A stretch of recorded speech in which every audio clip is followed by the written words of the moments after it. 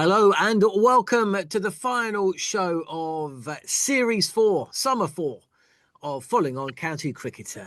I'm Jon Norman from talkSPORT. Alongside me as ever is George Dobell and Nick Friend from the Cricketer Mag, and also double county championship winning former Durham star and Yorkshire, Steve Harmison.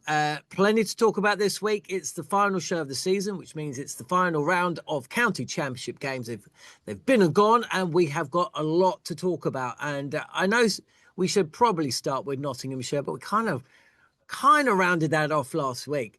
We will talk about them and Peter Moores and Hasib Hamid and all the good stuff. But Harmy, over to you, my friend, because when Surrey's new leg spinning signing took 8 for on debut, the best figures on debut for Surrey, I think, pretty much ever. I thought that was it. Hampshire were down. Surrey were going to finish on a positive note, albeit, good 16 points behind Nottinghamshire. And then in a blink of an eye, our producer, Scott Taylor, was suddenly chipper and you were downbeat as Durham capitulated. Where did it all go wrong? Well, where did it all go wrong? I looked at it, and I've been in Portugal all weekend following the scores, with a few cricketers and, discussing who's going to go down, the permutations. And I must admit, when Durham started bowling on day 4 to Yorkshire in their first innings, and then you get beat, do you deserve to get relegated? Especially when you're 70 for 4 and some of the shots that were played. I'm reading some of the comments that, the passion in the Northeast and the members that, have backed the club. And not long ago, the club was in dire straits. And, there's a lot of talk about North and Bostock and Campbell. The players have got to took a responsibility on this one. They really have. You can blame at the top in the hierarchy. But when you go into the last game of the season, knowing, 2000, I mentioned this to Manners earlier on our show. In 2006, we went into that last game against Yorkshire, Darren Lehman's last game, we were 150 for 5, 150 for 6, sorry. They got 600, Lehman got 300. And the fighting spirit to keep Durham in the championship, top division of the championship, that season with Otis Gibson getting 100 and Dale Benkenstein getting 100. We stayed up that year, won the Friends Pro the next year, won the championship 2 years in a row. That's the fighting spirit I was looking for. And when you, like you said before, go into the final day of the season, still bowling at the opposition in the first innings, and then capitulate the way they did and the shots that they had. You can't defend. They probably deserve to go down just on that one, isolated performance alone. It's been a long season. Yes, you can have ups and downs, and you can say we had call-ups this and players missing and that. Durham used 13 bowlers leading into that first 8 championship matches. Did Durham have too many options? That's where the question marks will be at the top. But it's a sad day when Durham County Cricket Club, the team other than Yorkshire and Lancashire have produced more players than anybody else for England in the last 15, 20 years, to get relegated the way they got. I think this one's on the players. I really do. It was such a difficult afternoon to watch wicket after wicket after wicket, and then see Hampshire, what happened then at the Ageas Bowl. This was one very, very sad. Former Durham player, love the club, life member, and to see them in the second division is heartbreaking. What went wrong, Harmy? Because obviously they had invested heavily over, this time last year, really. And you and I think, both thought that they might challenge for the championship this year. So where's it gone wrong? Yeah, I think there's quite a few things. I think a lot of combinations went wrong. A lot of combinations, having too many options possibly was one of them. They had probably 8 batting options for probably 6 spots, and getting them in the right order, I'm not sure that they have. McKinney, Gay, where do they fit in and all that? Where does Real Roads fit in? Number 7, number 8 sometimes. And then your bowling options. The members will complain that we've let go a couple of young lads who have developed. Mitch Clean's gone to Essex and 1 or 2 others. Once Ben Rain signed a contract, who's been excellent, who's been very good this season. Some of the bowlers were then probably surplus requirements because of the style of his bowling. He had too many bowling options, and that tells you as well. I mean, I think we used 13. We used 12 in Championship cricket. We used Will Alexander in that university game, first team game before. So some would say we just didn't get our combinations right. We didn't get our options right. We panicked at the back end of the season, and Marcus North might disagree with that. But you've got Callum Parkinson and George Drizzle, two spin bowlers, off spinner, left arm spinner, who George Drizzle was their man. Start the season, decent batter. His numbers probably won't reflect on his being a good summer. And then with 2 games to go, you bring in an Afghan spinner who's been playing for Richmond in the leagues. So muddled thinking, too many options, and possibly not making the right calls. That's where you can blame North and Campbell. But what I will say before anybody, the sort of members jump on and start blaming North and Campbell, 3 or 4 years ago, Durham were in a bad place. Both of them came in. Franklin came and went. Campbell, I thought, had a good year last year. I think he deserved a 2-year contract. I just think, Durham got on a slippery slope, and I think once you start losing games or you start losing momentum, England call-ups, did Matt Potts play enough when Durham really needed him to play? That's probably an accusation I shouldn't be making, because that was labelled at me at times during my career. But I think there was times where Potts could have gone back and played. All these things go into the melting pot. Did Durham look at the women's team and getting the women's structure right under Marcus North? Do we need a director of cricket for women to take the responsibility away from Marcus and keep solely on the men's? All these questions, I'm sure, are being asked at this moment in time. But Durham got some good business out of the way, like you said, George, this time last year, and then possibly focused once the turn of the year came on making sure that we had the best women's professional team that we've had. And then was their eyes taken off the ball? These are questions that I'm sure members and I would ask the board, where it went wrong for Durham. But I think you sometimes just have to look from within a dressing room. And I'm not sure the players this year played to their maximum skill sets. And I think that's why Durham are in the position they're in. I am not for 1 minute thinking that I would get rid of Ryan Campbell, Marcus North, or Tim Bostock. I think they have been brilliant for the club, and they will navigate it through these choppy waters. It's just disappointing that it happened in such a way. Like I said before, that 4th day of a game at Headingley has cost us a place in the First Division when we should have been fighting at the other end and not at the bottom end. Well, they really asked themselves into it as well, didn't they? Like, if you score at ones and then you're 3 down, you can kind of only lose, can't you?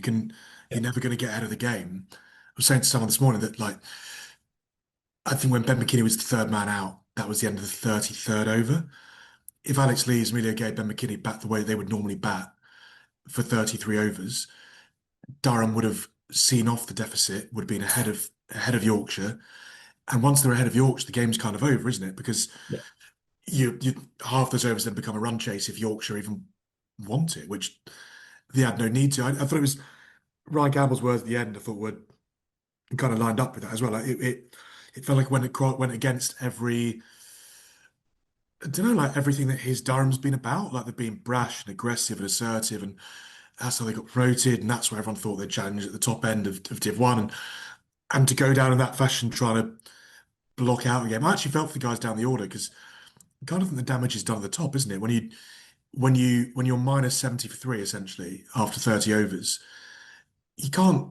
I think if you're Ben Rain, you can't look at that and go, I've got to play some shots here, because they're not going to. You can't expect 8, 9, 10, 11 to block it for 40 overs.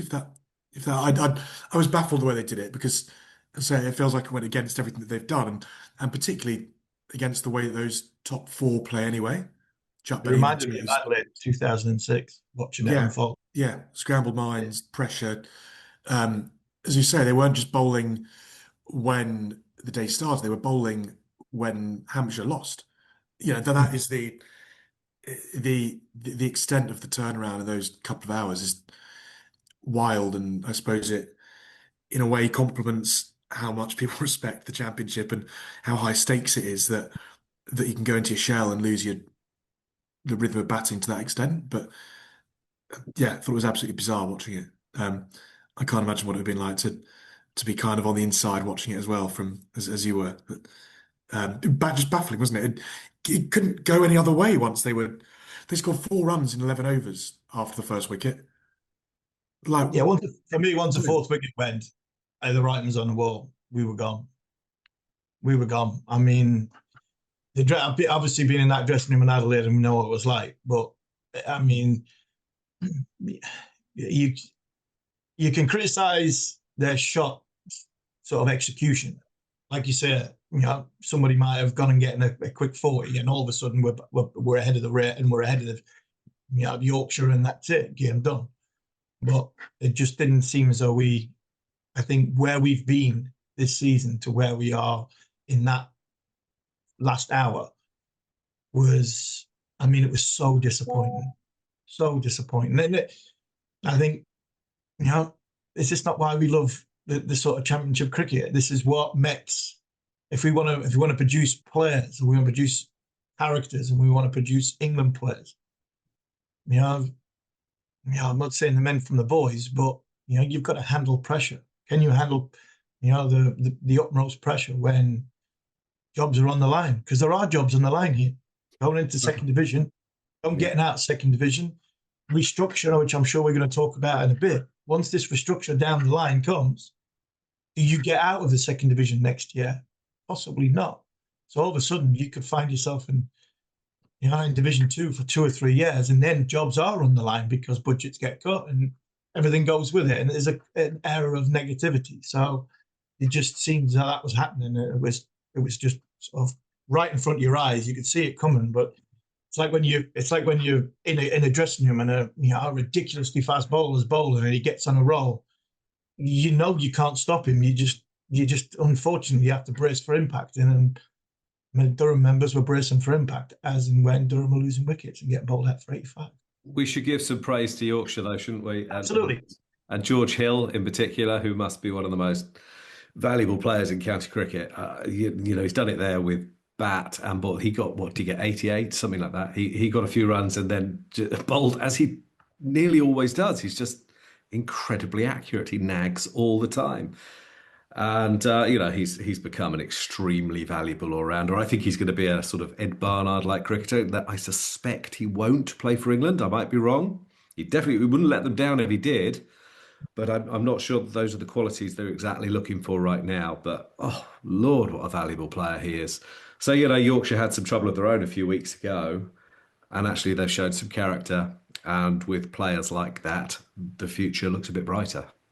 George, do we see a bit of, the pressure on and sort of freedom pressure off? Because like Nick said, when Durham was still bowling when Hampshire game was finished, so that was Yorkshire safe. Yorkshire was safe then. So all of a sudden it was Durham's to, everything for Durham to lose, and Yorkshire were freewheeling. And that again, handling pressure is a massive thing in cricket. Not just with bat, with ball, with the county schedule and everything that goes with it. It was so disappointing because Durham have always been quite good at handling that pressure. We've seen in the shorts format. A lot of these players play the T20 format. Went into the final few blast games. Went into the big games this summer, and they just fell short. It's interesting what you say about having too many options, because it kind of feels like that's making a real positive into a negative, doesn't it? Clubs would love to have all those seamers that they have at Durham. But actually, you've still got to construct a team spirit, haven't you? And if people are looking over their shoulder for places, if people don't know their exact roles in the side, that can become a negative. And I think you're right. I think it did this year. But, to have invested that heavily and ended up where they have. And I agree with you about the overseas decision at the end of the year. I mean, they're talking about Drizzle being been very impressed with him going into the season. It's not very long since they invested quite heavily in getting Callum Parkinson there. I mean, remember, it's not very long ago since he was captain at Leicestershire. He's not come to Durham to play second 11 cricket. And then they sign, I know, a guy who was playing league cricket, but a guy who's only played a dozen or 14 or 15 first-class games as a leggy in an end-of-season English, effectively a winner-takes-all championship game. That's odd. It just feels like, and I think Hampshire have done this sometimes in the past as well, they always look outside. They always look to bring someone in at the moment. And what Durham have been historically excellent at is developing their own cricketers. That's a big thing the members are having a go at the moment, because some of them aren't playing. They're local boys. Some of them have had to leave. When you bring in players in who they will say, I've not seen too much of Bailey. He's a different type of bowler to Mitch Killeen. We've seen Aldridge come in, which I think that's a really good signing. I think he is a really, like George Hill, I think a very, very talented young man who I think potentially does have something in him to go and play at the next level up. But they're not developing. The too many options is one thing. Trying to be too smart for your own good is another argument altogether. And I think there's an element of both in that, where if you look at teams that have been successful so far in the county championship in the last sort of 4 or 5 years, the teams that have had settled sides, settled bowling attacks. How many times have we talked about in the last couple of weeks where you have an overseas who is there for 12 out of 14 games, stands up? You look at the Hampshire when they had the likes of Abbott, Abbas, Barker. You look at Porter, Cook and Snater at Essex. These boys have been, ongoing. Clark being so important for Surrey, ever present, along with the likes of Worrell and one or two others. Durham this year, no matter how many wickets you got as a seamer, you seem to get rotated every time. For me, that's no continuity and no good for a team spirit and a dressing room either if they keep chopping and changing. Shall we move on from Durham? Because you did make mention of the schedule, Harmy, and it became official in the last week that there will be no change in the county championship. George, how many years until another review can take place? Oh, so we're recording there'll be this. another one, right? We're recording this. It's just about noon on Monday, okay? I think the chairs are meeting on Wednesday. I wouldn't be at all surprised if they looked at it again. I think I've just worked out terrifyingly that that's the end of my 29th season as a cricket journalist. And I was thinking of working out how the schedule had changed every year. I suspect there's been a change every single year in that period. Some of them huge changes, going to 2 divisions or 4-day cricket. Remember in 97 when I started, there was still some 3-day cricket. Yeah. Anyway, so all sorts of things have changed. And but the thing that hasn't is that we're still arguing about what's best. And actually, I think the vote in the end was 9-9. But even as the counties were voting for no change, they were saying what we have currently is rubbish. And by the way, it is rubbish. I think we're in danger of overlooking the flaws because there seems to be some celebration about county members keeping the status quo. And I get they didn't want a further cut. I get and respect that. But let's just remember, there's no championship cricket in August. Those non-100 hosting teams don't have enough cricket to really sustain them in August. The county season is played disproportionately in the margins at the start and at the end. Look, we don't want to rehearse all the same arguments again, but you know a lot of these issues. I thought we all agreed there was a lack of integrity in the system. Did Notts and Surrey play each other once? Yeah. Yeah, right. But you could have ended up playing Worcestershire at the other end of the table twice. So, the league can be distorted by these chance scheduling issues, and that can't be right either. So I don't see it as a cause for celebration, I'm afraid. I still think we're searching, but it's very difficult to find an answer to the problems when you've got the 100 taking up August. That is fundamentally the issue. and it will always be the issue. Yeah, I just didn't like the strike when the PCA chair came out. I just had a rant with Manners about it. As a player, I mean, the mention of strike is ridiculous. Well, they're not going to strike, are they? To be fair, to Daryl Mitchell. Bear with me. It's been mentioned, which I think is ridiculous. He did, but he must have been asked 100 times, and he's left the ball resolutely outside off stump. And this one time, he said something like, some people might want to strike. I can't remember exactly what he said, but they are not that insane. I mean, there might be one or two radical people in there somewhere who want to strike. But imagine the lack of sympathy. There are not nurses coming off night shifts in the morning saying, who's got it tough? It's those county cricketers. It would be a catastrophe for them, and they are not stupid. They're not going to strike. They've been. I mean, I've been sat in press conferences. I sat in one with Daryl on Wednesday last week, the day when it all came out, and he was asked about strike action, and look, he's never once brought it up, without being asked about it. And he's never once turned around and said yes. I think the most controversial answer he's given on that subject today is saying, look, we are a union. We're kind of driven by members, but that wasn't a yes, and it wasn't a no. It was certainly closer to a no than a yes. I think the bit that's been lost in all the argument, counter argument, posturing, etc., is that what the players have asked for throughout the last 2 years is minimum standards. And that is 3 days between championship games, 2 days between one day, between 50 over games, 1 day between T20 games. I think that's all pretty reasonable. I don't think anyone of particularly sane mind could disagree with that. And then it's up to people who schedule the season to put that into. And by the way, that they've got 3-day minimum standards in the Sheffield Shield, for example.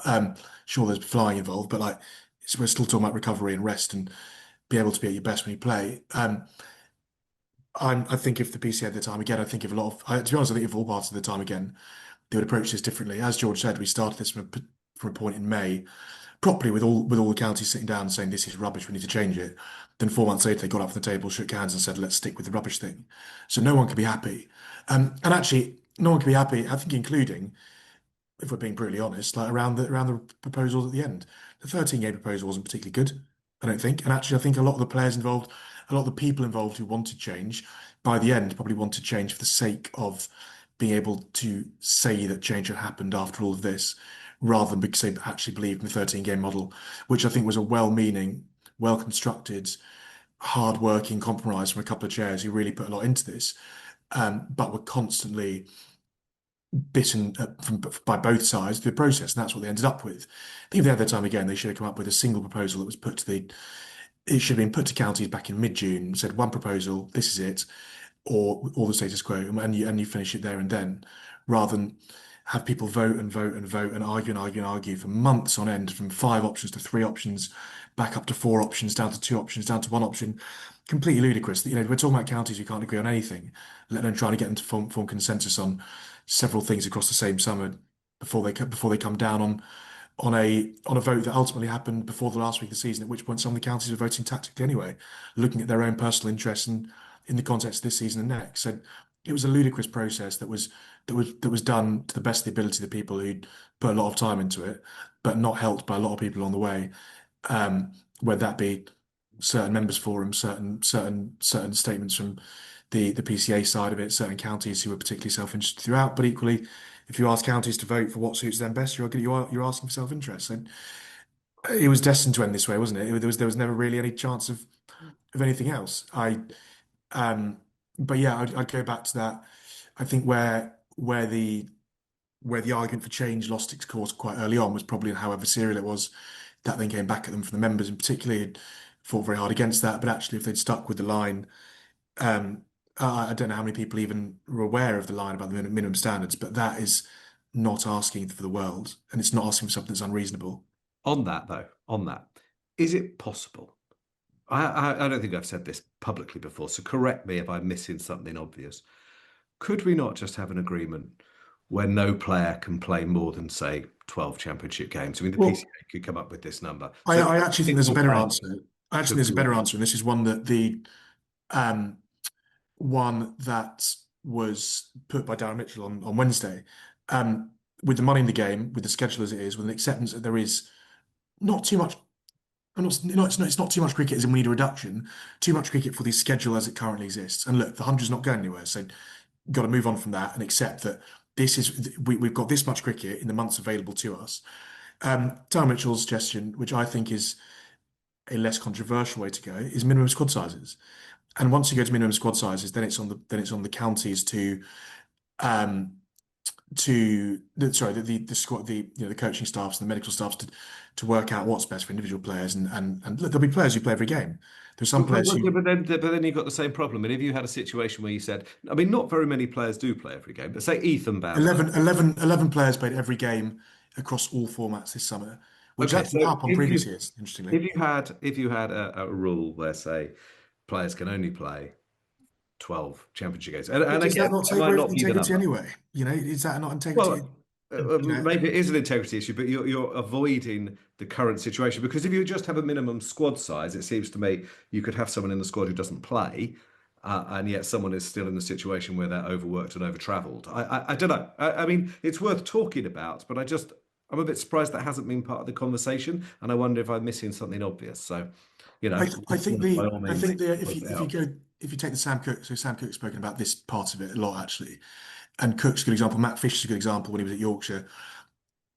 Fisher told me when I interviewed him earlier this year that he effectively left Yorkshire for Surrey because the sort of unwritten rule at Yorkshire was you're going to play until you break, and then when you're fit, you'll play until you break again. Because the gap from Matt Fisher or from Sam Cook to particularly Essex, where Essex don't have a deep bowling attack at all. It's been Cook, Porter, Snater for years. When you don't have Sam Cook, the gap from Sam Cook to your fourth best seamer is so vast that that no one's been prepared to, that if you're trying to win the title, you kind of say to them, well, look, you at 80% is still great. But the trouble for Sam Cook, actually in particular, through his career, as he's improved, is that 80% of Sam Cook might take a load of wickets in the Championship, but 80% of Sam Cook doesn't produce the speeds or the metrics that get him close to an England call-up. Yeah, but if I'm director of cricket, I'm paying Sam Cook to play 14 matches. To play for Essex. I'm paying X. And I'm paying the drop off probably half that, maybe a third of that, because he ain't going to play as many games, and he's probably top loaded with appearance fee rather than because I want Sam. Well, there aren't many seamers who play 14, but I'm just trying to find resolutions to the problem, and I'm surprised. Well, I'll tell you what's not a resolution. The indicative draft for next year's schedule, which if comes to fruition, will cause major issues. At the moment, we've got 2 championship rounds in 9 days, just after the 100. So that's, to clarify, championship match, travel day, championship match. That's not sensible in any language, and that wouldn't have been sensible back in the 80s or the 90s. And it's certainly not sensible when players have spent the last 2 years talking about how they'd like 3 days between 4-day games, which is not, let's say, an unreasonable request. To go 4 days, travel 4 days is ludicrous, particularly on the back of a block where no one's playing any 4-day cricket. So again, you would then come to an agreement where there had to be that gap. So those players who played in the final of the 100 wouldn't be able to play in the following round of the Championship. But does that suit anyone? Like, not at really. all? Well, I think ideal championship down a long time ago. So we're not talking about ideal. That's no. But if that came to fruition, you'd then have people talking about, that doesn't. It worsens the integrity of the Championship. It's the start of the run-in. Players will then be beaten with the stick of they're taking the 100. They came at 100. Okay, what's the alternative? Because it's the alternative seems to me to schedule the season better. To be finishing Hang on, guys. There is one other thing you could do. If you're going to say, George, and not disagreeing, by the way, if you're going to say that the players can't play, so they either play in the 100 or they play that round of Championship games, then can't you just move the Championship games forward? If they're not going to play anyway, then just play the Championship games. So it starts the Championship games in the 100. Why can't we play 2 rounds of Championship games in August? And then I think it's reaching. If you look, you'd end up with the same issues you have with the One Day Cup, with particularly the second 11 development but competition. That's not to say that there's not a reasonable idea. It's just find a side. You could have there's the long market there. There's a lot of professional cricketers that don't play cricket. True. Now, can I ask? But I think Harmy, you finish, and then I've got a question for the Brains Trust, because there is something that I honestly don't know the answer to that I think our listeners might be interested in finding out. Go on, Harmy. We have the 50 over competition. I looked at that 50 over competition this season. There's a few young kids playing, but there's still a high proportion of senior players playing in that 50 over competition. 300 professional cricketers. Why can't we have 2 rounds of championship games inside the 100? And then you, as coach and director of cricket, you have to make sure that once, because you get plenty prior warning that the 100 is coming along and is taking your players, and then you factor that in. That's what the 100 money should be going towards, building a bigger, stronger squad for you to cover all eventualities. 2 rounds of championship matches inside the 100, but the 50 over competition that starts the season like we used to in a knockout phase. All of a sudden, you free up a little bit of recovery time for players at the start. You get rid of 1 championship match at the start of the season, 1 championship match at the end of the season, and all of a sudden you're gaining your 3-day window in between. And the richer clubs will be able to afford it. So Surrey will have a big squad and still be able to afford 100 going, and so the show must go on for me. The 100 best limited over players would be absent. Now, that's not necessarily a reason not to do it. Some of them won't be the same as the best players in the championship, but you are devaluing those championship games. Now, is that the end of the world? Look, no. Harvey, what you're valuing the championship anyway by playing 14 matches. Right. So what you've just said is completely reasonable and coherent, and I'm not sure I agree, but it's a completely logical answer and could work. But I'm just going to give you the answers. The argument against it is that you would compromise the quality and integrity of the championship in those weeks and months, and it would affect the end result of it. Now, is that wrong? I don't know. You might see the richer clubs, the Surreys, for example, sign even more players to ensure that they were covered for those months. Now, would that be bad? I don't know. But there would be consequences. Anyway, we know the arguments for and against it, but that would be, that's a potential solution. I'll come again. There's no perfect solution while you've got the 100 in August. I think if you adopt the mentality, which we all agree with, that there is no perfect solution, whilst the 100 is, plonked in the middle of the summer, then every time someone comes up with a reason to do something, it's just, there's always going to be a negative. There's always going to be an argument why it can't happen. I personally find, Surrey played Hampshire. Who knows? It could have been a winner-takes-all clash. And the conditions at the end of September meant that even with 2 spinners on, they had to go off for bad light. That wouldn't happen in August. I'd rather we get bad light in. But come on, then why do these games? Come on, it's pretty clear that if you play more games in August, you're going to have less games affected through bad light than if you play at the end of September. No, I don't know. Then why do they move the games forward by half an hour in September? And they don't do it. I think if you're going to argue that, then we really don't have a prayer. Can I just ask a question, right? Because Surrey won their first championship, I think I'm right in saying this, having played Lancashire once. They then won their second one playing Essex once. They were the 2 biggest rivalries in the year. And then this year, of course, they only played Nottinghamshire once. Nottinghamshire, of course, won that game. So it's all well and good. How do the schedulers make the decision in terms of what counties only play each county once, if you know what I mean? How do they come to that decision? How do they come to the decision? Is it not luck of the draw, isn't it? Yeah, is it not a computer? Is that what it is? Is it? It's certainly not seeding or anything like that. It's just it's been. See, that is my way of getting around an imperfect situation, and that is to seed the teams. So when you're scheduling for the next year, so let's look at the Division 1. I haven't got it all all worked out. But I mentioned this a couple of years ago. Notts would have been almost bottom seed, wouldn't they? Having struggled in the last 2 years. I mean, let's look at next year, right? So they play 14 games. So Nottinghamshire have to play Surrey twice, Somerset twice, Sussex twice, and Warwickshire twice, and then you start spreading it down, right? Glamorgan and Leicestershire, when they come up, they have to play 8th, 7th, and 6th twice. Do you see what I'm saying? So it's like in NFL, the Philadelphia, because you are seeding because the stronger team needs to play the other strongest teams. That is how you get competition. That is how you get change. That's how you avoid this thing which we've talked about for 4 years, a situation where the top two only play each other once. That is you never ever have that situation again, unless Glamorgan come up and win the championship. Yeah, brilliant if they do, and then the next year their schedule is harder because of it. To be fair, this was the championship this year, and they would have been probably seed 7.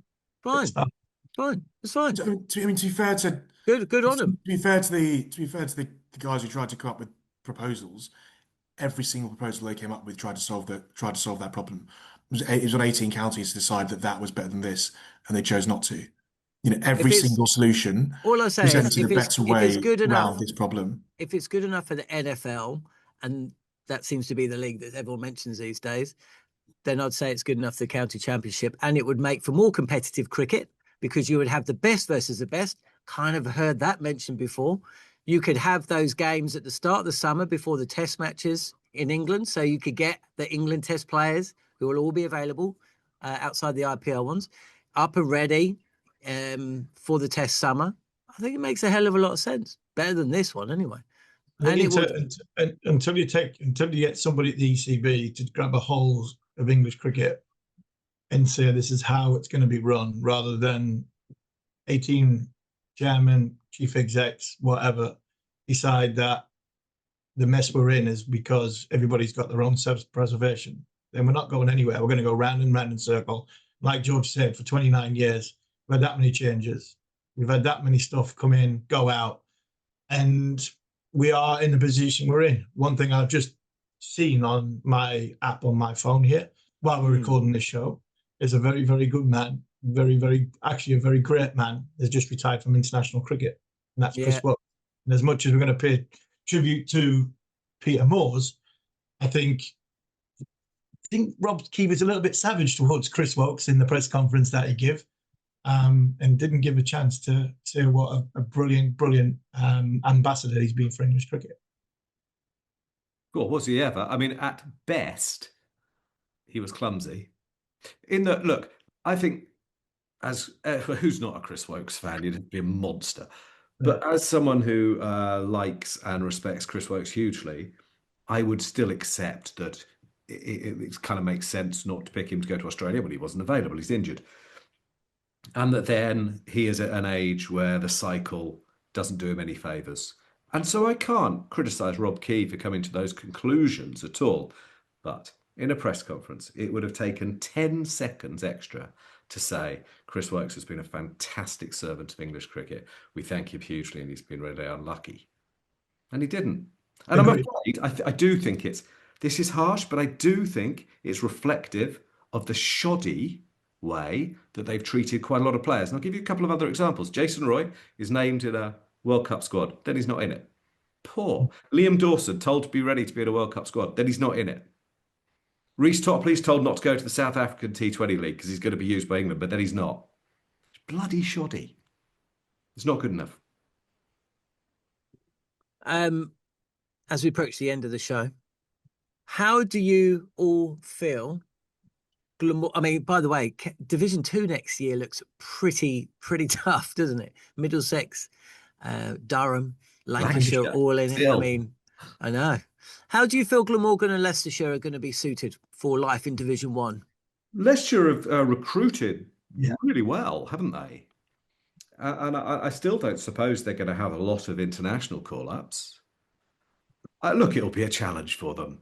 But it doesn't feel like when a couple of other clubs have gone up and sort of been repulsed almost immediately, I think they've got a chance. I think they've recruited well, and I think they've got a decent core. So I wish them well as well.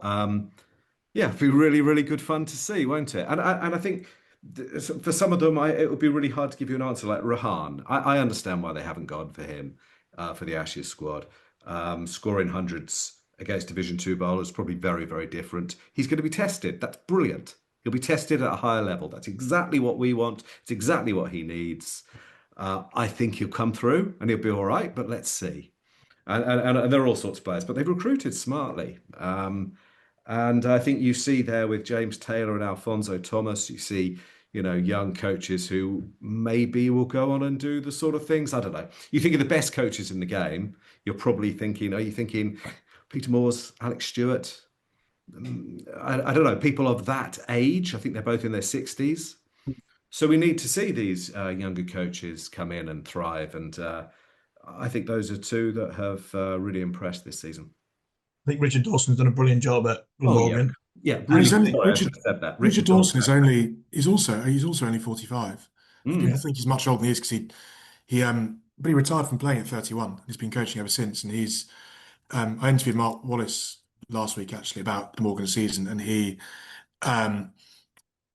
said I don't know if he still counts as a young coach, but if he does, he's the best young coach in the country. He's 3 years younger than Alfonso Thomas, who people probably think is young because we remember him playing more recently, but he played much longer and much older. Morgan's challenge will be that they need what everyone else needs. And it's a bit like when you got feels a bit like when you got to the playoffs in football, and that because their promotions come later and their runners come later in the season. They were bottom at the end of April, and they were pretty rubbish by their own admission. You can't recruit in the same way that Leicester have done. Leicester knew they were up basically from June, didn't they? Or from July. And Glamorgan wants seamers, need seamers. So does 17 other counties. That'll be their challenge. They're trying to play Sam Northeast with Sean Dixon, which feels about as good a fit as you could do given what was out there and at this time. And they've got a couple of young lads in Kellaway, Asa Tribe, who will be tested because they've never played in Division One before. But a lot of that team haven't played with Division One before. So it'll be interesting to see how they go. But they stumbled across a really good formula. They had batters everywhere because they had bowlers everywhere. Basically, Zain Al Hassan played every game. He only averaged 20 odd with the bat as an opening batter, but he also bowled and took wickets. They had no one took more than 30 wickets, I think, in the whole season, which is the lowest number of any county's leading wicket taker, which wasn't a problem because they had 8-9 blokes taking 15, 20 plus. But they'll do well to stay up because, as will anyone who comes up to the first division, because there is obviously a gap. But I think in Leicester, I think the biggest sign they've made for all the recruitment we've seen already with Tattersall and Eskenazi, etc. Maharaj is massive. If Maharaj is there for 4 months, you'd say he goes a long way to keep them up already. His county record with Yorkshire and Lancs is insane, and they'll have the best spinner in the country playing for. They'll have the best spinner in the country playing for 2/3 of their season, and that'll go an awfully long way, I think, because it also takes crucially takes the pressure off the seamers. And the seamers aren't broken. Sorry, Nick. If Glamorgan can get a bowler to play an overseas bowler to play 12 out of 14 games, you have a chance. Well, I think we're talking different. Let's come back. I'd imagine they'll do everything. I don't know where Australia are. I don't want to say they don't need Marnus, but actually, if you look at the last couple of years, in the first division, they need Marnus in the first division. What I was going to say is it'll be interesting to see, because Colin Ingram in the second division has been this cheat code. Marnus this year was like an unnecessary luxury because he came in out of Nick and took Ingram's spot for 2 games, who was cleaning up, who was scoring 1 million runs. Marnus in the first division, you'd think would be would be a really good get. And actually, if he comes back, the likelihood is that Matt Kuhneman would probably come back as well. They kind of came together. Kuhneman was basically training with Marnus back in Australia before Marnus came over. Marnus called Mark Wallace and said, "Can I bring my mate?" And the next thing you know, they've got an Australian test spinner taking 7 for in his only game to win them a game. So that package, and if they could get him for longer, would be really sensible. They had Asitha Fernando as their overseas seamer this year, and I think he only took about 24 wickets, but he was there, and he's a bit different to the other bowlers, a bit quicker, a bit more bustling. But if you look at what Notts have done this year and you look at what Sussex did last year, those two counties in particular, Sussex get out of Div 2. You don't treat it as an overseas player, you treat it as an overseas slot, don't you? That's the best way to do it. If you take the combination of Abbas and O'Neill this year for Notts, only Tom Taylor and Kyle Abbott took more wickets in Division 1 than that player. So that player, Abbas and O'Neill, played 13 games across the season. O'Neill left, Abbas came in, he only missed that one game when he was injured at Surrey. That's how you do it. That's how Sussex got out of Div 2 with Jaden Seals, McAndrew, and then Unadkat. They replaced one another. You had a whole season's worth of overseas seamer, and that is your cheat code. As we said earlier with Durham, the teams that don't get it right are the ones where you either get a bit unlucky with injury, as Durham saw a couple of times, or you've got missing games where you don't have that guy, that guarantee. So if Glamorgan can work that out, they'll have a chance, but they'll find it tough. Like they've been away for 21 years, haven't they? 2005, yeah. Just underlining how difficult it is to make a career in cricketing coaching. It's not that long ago, by the way, I'm sure he wouldn't mind me saying, since Richard Dawson emailed and asked to do work experience with me as a journalist. So he's clearly done brilliantly, yeah, and is very, very well thought of. And yeah, as Harmy says, definitely one of the best young coaches out there. Let's wrap things up, guys. Rota watch. And also the same question for Notts as well, Nottinghamshire. They're going to be going in as champions next year. There weren't many people tipping them for the title at the start of the summer. So how do you think they're going to the match up next year, Harmy? And what's everyone doing now the cricket's finished? I'm just wondering if Worcester have got any more decent players for Notts to go and get. That's a cheap dig, but actually, can I jump in on that? Because I was just thinking, how many clubs, there may be some, have produced through their youth system 4 fast bowlers who have been in England squads in the last couple of years? Because Worcester had Scrimshaw, he counts as Worcestershire, right? Played for England. Tongue played for England. Pennington. Pat Brown. Yeah, Lions. Played for England. And Pennington got into an England squad. Mitch Stanley, Lions last year. Right, yeah, but England, specifically. But yeah, so they've come through Little Worcestershire, a club that are continually fighting for survival. Lord Almighty, they deserve some praise for that. That is incredible. Just by perspective, the last Warwickshire seamer to be homegrown fast bowler to come through the club before Chris Woakes. And Chris Woakes, by the way, I don't know when he won his county cap, about 2008. Who was it, do you reckon? I'll give you 2 choices. It was either Gladstone Small, if you think... I was just about to say Smalley. Yeah, Gladstone Small, if you think he counts as homegrown, and I think he probably does. I think he came to England when he was 12, 13, 14. Or Steve Perriman, I think, is the one capped before that. Right. Oh, I'm at that one. So you go back, well, probably most of you were born. By comparison, I thought he was a Tottenham skipper. I'm going to say I sent her off for Tottenham when they won the FA Cup. Didn't he manage Exeter? No idea.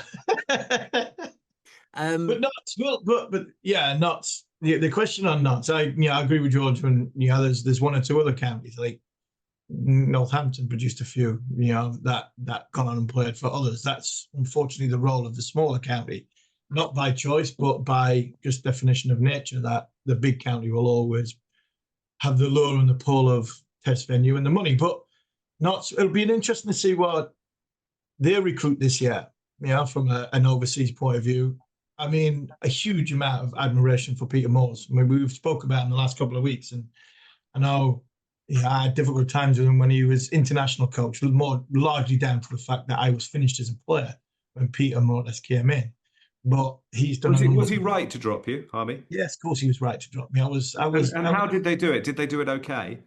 Yeah. Nobody likes getting dropped, so it's never okay to drop. But the thing about Peter was the conversation. He never shirked an honest conversation in my eyes. So he looked you in the eye and told you what you needed to do to get better. Now, you sink or swim in that. That was in New Zealand. And I made sure that I was never, ever going to miss out from playing in another Ashes series. So I went away, got myself back in the team. And unfortunately for Peter, he wasn't there anymore. It was Andy Flower had took over by 2009 to come back. But I've got a huge amount of admiration for Peter. I think he is one of the best modern day coaches of English first class cricket. And I think three championships with 3 different clubs proves that. And I think because of his nature, because of his desire to make young players better, is what the transition from a Worcester to a Notts. You transition from a Worcester player who has got potential to play for England, for me to then go into a Notts with a Peter Moores, having your chance to fulfil your chance to play for England. And I think that's the difference in the pathway you go through. And that's nothing against Ashley Giles, Mike, Alan Richardson and whatever at Worcester. But when you get to the test ground and you get a little bit more pressure on you, I'm not sure there's a better man to be working with than Peter Moores to try and get into the international side. Guys, we're going to wrap things up. If you've all got one overriding memory from the summer that's just gone, what would it be? Start with you, Nick. You're looking wistful. Just one. There's probably some recency bias in it, but I really enjoyed being at Trent Bridge to see Worcestershire win the One Day Cup. The human side, so I know it's not the biggest competition going these days, but it was a lovely thing on a very cold day, but with a lovely ending. Excellent. Good choice. Harmy? I can't look away from what I've just witnessed in the last sort of 72 hours. I can't. It's my club, and I'm devastated that they're going to be in the 2nd division. But sometimes, yeah, you reap what you sow, and to see Durham get bowled out for 85 and 70 for 4 and get relegated, that it's a negative one. If I was going for a positive one, I'd probably go with one of the sort of moments of the test match in Stokes at Old Trafford. I think that for me was one of my highlights, seeing somebody, play the way they did in that environment. So they were the 2. I think the biggest one to try and get away from it was Nick's, because what that club's gone through in recent times, to see the Worcester win, I mean, that was magnificent. George? I always feel very lucky to still be doing it. And it's honestly always a thrill to walk through the gates of a ground at the start of a day when you think, cricket, brilliant today. And on that, actually, we should mention Dickie Bird, because I don't think he ever lost that sense. Yeah, he was good shout. Absolute cricket nut. The expression cricket mad should be used about Dickie. And just tell you a nice story. He asked me to follow him to his house once to do an interview. And he was a terrible driver. I mean, just terrible. And he had a big Jaguar, and he was veering over the road, and people were hooting and shouting, making all sorts of gestures like this. And when we arrived, he said, "Do you see, lad? All the people are hooting their horns and going, 'Hello.'" Mad as a badger, but in a beautiful way. And I hope I can retain the enthusiasm he had for the game all his life. He'll certainly be missed. And I'll miss the cricket season during the winter for sure. Remember in the summer job, we were sitting on a balcony at Headingley, and we looked down. That would be the last time we ever saw him. Yeah. And we looked down, and there he was. He had Geoffrey Boycott on one side, you had Michael Asset on the other side, and Athers couldn't get a word in edgeways. It was brilliant. It was box office. It was English cricket in one photograph. And yeah, I've told my stories about Dickie. I'm fortunate of playing a game that he was umpiring in, and he will be sadly missed. Yeah, well said. I think my takeaway moment was just that atmosphere. Actually, you mentioned the test summer. It was a brilliant test summer, wasn't it? That atmosphere at the Oval on day 4 and 5 was just, I will never, ever forget that. It was one of the best atmospheres at a cricket ground I've heard more raucous. I've been at more raucous grounds. I've been at, more excitable grounds. But in terms of the back and forth and that, I just thought it was a brilliant couple of days of Test cricket. And in terms of county stuff, you talk about that feeling when a big fast bowler is making everyone in the dressing room sit up, and you're thinking, uh-oh, something's going off here. And every single ball seems to be an event. Josh Tongue at the Oval, that was a brilliant game of cricket. And when Josh Tongue had the ball in the hand, it reminded me of watching England against Australia when, you're just trying to get through a spell, you're counting down the balls and you're wondering how many overs has this guy got left, because he was just phenomenal, and proper wickets as well. He wasn't just bouncing people out. So yeah, it's been a brilliant summer. Loads to and this show, just love doing this show. I very often just sit back and listen to you three talk and just think this is great. So hopefully the listeners feel the same. But for now, thanks to Harmy and to Nick and to George. We'll be back for Series 5 next year. But that's it for 2025 on Following On County Cricketer.